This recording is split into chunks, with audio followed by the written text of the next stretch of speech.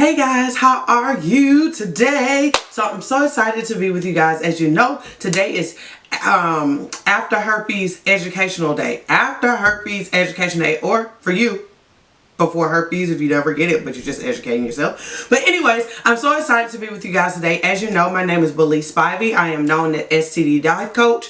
I am here to support you through your diagnosis or educate you about herpes, period. So today is going to be really, really good, guys. Things are going to change just a tad on the way that I'm going to present things to you guys, but I want to get it to you quick, get things that's really going to help you and things that you can implement. So don't mind me as I grab my paper or look down at my paper, because I want to make sure I'm telling you all of the steps I want to talk about today. So the thing I'm going to talk about today is 3 ways herpes changed my life. 3 ways herpes changed my life. And I'm sure you're thinking like, Belize, how did herpes change your life?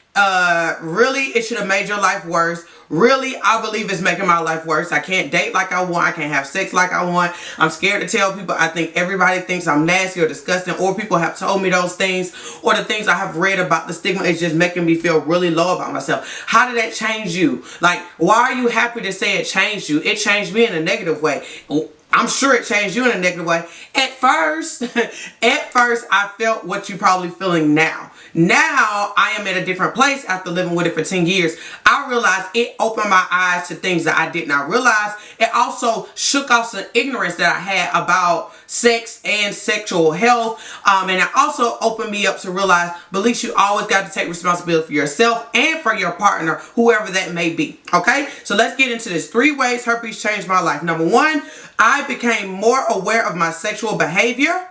Okay, and it increased my sexual education. A lot of us are good to say, I ain't been with a lot of people, it shouldn't be like that, and my partners, I know my partners don't have anything, and all this stuff like that. I'm telling you, finding out you have an STI always make you look at your sexual behavior. Even if you haven't been with a lot of people, you've been with little people. If you've been with one person, if you only kiss people, it still make you look at your sexual behavior and say, was it risky? Should I ask more questions? What did I feel comfortable doing in the first place? Was I in a place to be ready? Was I still educated about what I can get with even what I've done? A lot of us don't understand we can get STIs through just kissing, guys. We don't realize we can get STIs through oral sex. We just don't think nothing about it because they always tell just put a condom on it. But let's be honest, nobody's using condoms for oral. That's just not something that's typical. And let's be real, it's not easy to find dental dams in the store, especially for women. It's not an easy thing to find. You typically have to go to the clinic, or you'll have to go and order it online. So let's look at it like they're not even making it easy to find, or you can go to a sex store, which sometimes they still don't have it in there. So you really have to go through a hunt down to even be safe sometimes when it comes to women. Okay? So I really want us to understand that you become aware of your sexual behavior. Who you was with, how long you was with them, were they putting you at risk, had they already gave you something before, things of that nature. Also it'll make you realize, what do I know about sexual education, period? What do I know?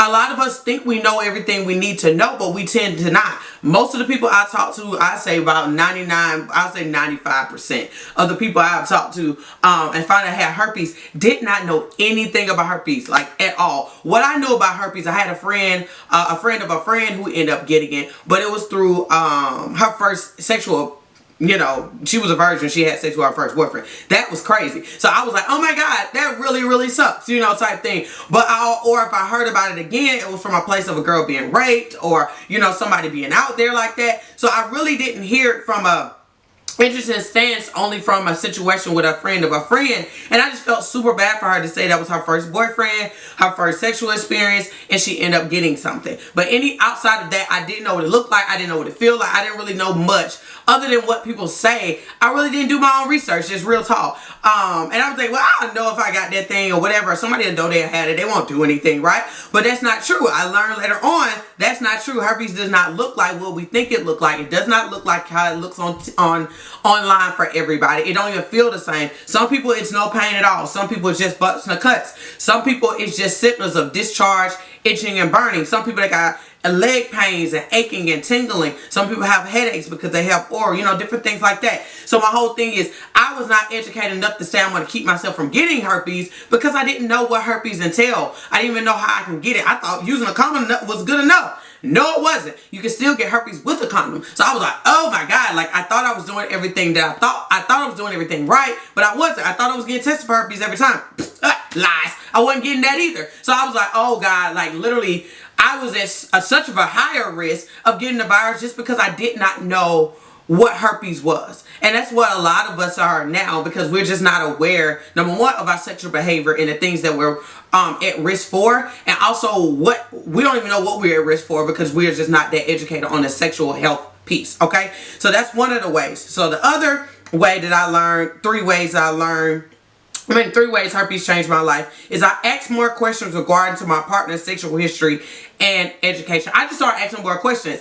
At this point, something will happen to me, and I'm thinking like I was being safe. I'm for darn sure you think you're being safe. We all think we're being safe, even though when we're being risky. We really be thinking we're being safe because we ain't get nothing that time, or we got something we got rid of. That doesn't mean anything, guys. We're always putting ourselves at risk if you do not talk to your partner about their sexual history or their sexual education. You want to know your partner's sexual. Have you ever had anything before? You know, how are you trying to prevent from getting anything again? You know, are you getting tested more often? Whatever. Just because they got something don't make them a bad person, but my whole thing, did their behavior change after they got something? And that's something you want to pick up on, because some people end up getting something and turn around and continue to do the same thing over and over and over again. Okay, now once again, you're at risk because you're not changing. My whole thing, if you don't change your behavior, you're back in the same situation, okay? So you do want to know, have you ever had anything? What have you changed about yourself? How do you go about being protected, and also how you protect your partner? And what are you asking your partner now? Same thing, sexual education. You want to make sure your partner is on the same sexual education wavelength you're on,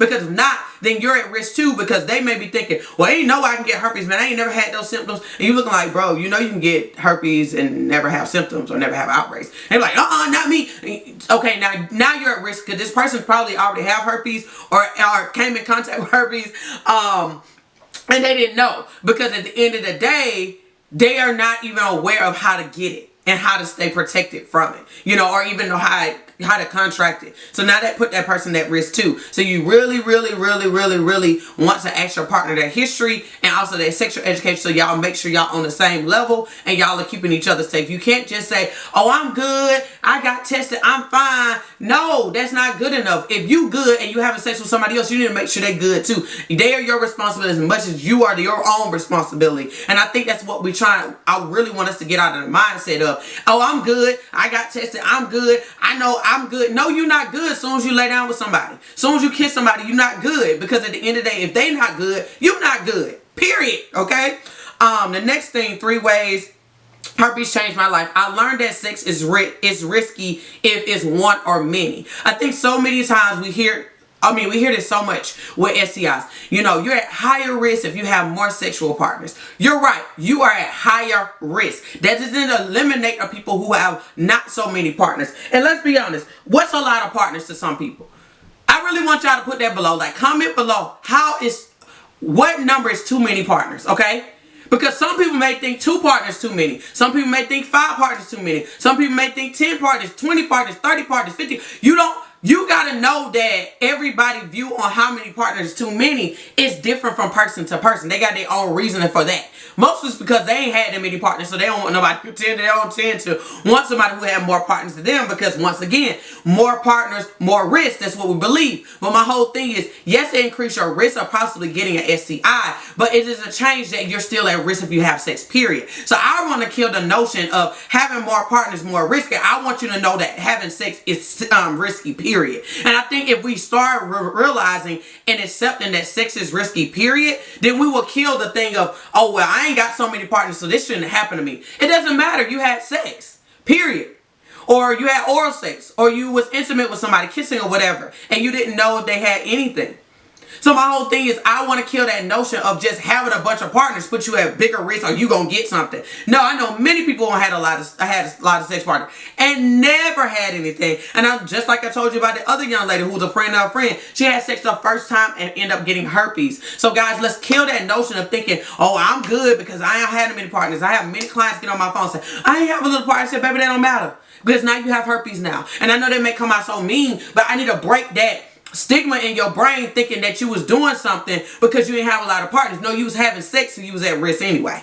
So I think we just all need to understand sex is risky, period. And that's what it goes back to the second one.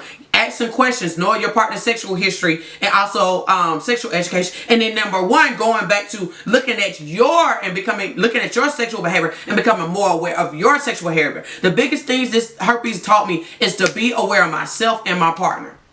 And what sex can bring to me. It can bring me a lot of pleasure, or it can bring me a STI of some sort. Okay? Or pregnancy. But at the end of the day, I really want us to just be way more aware. And for my individuals who have herpes, I want you to ask yourself, what is even one way herpes have changed your life? And not in a negative way. Kill the negative. Because at the end of the day, you keep thinking about negative about herpes, you're going to have a hard time with your diagnosis. It ain't going nowhere right now until you try to figure out how to get rid of it, okay? You know, some people are on that journey. I'm not against you. So until you get to that point, or right now you're going to have it, what are you going to do to accept it? What are you going to do to learn from it? A lot of us do not want to learn from it. We continue to do the same things over and over. I was like that in the beginning. I did not learn from this. And then finally I had to wake up and say, wake up! Learn from the mistakes so you won't be back in here again. So you won't have to deal with this again. So you can educate somebody better so it won't happen to them. Okay? So I really love you guys. I hope this helped. I'm going to go back over this again. 3 ways herpes changed my life. Number 1, became more aware of my sexual education and behavior. Number 2, I asked more questions regarding my partner's sexual history and education. And 3, I learned that sex is risky if it's one or many. So I love you guys. I hope that helped. Just know, guys, I'm here to support you. Any sessions, any courses, any products, I am there. Go to my website, www.stdlifecoach.com.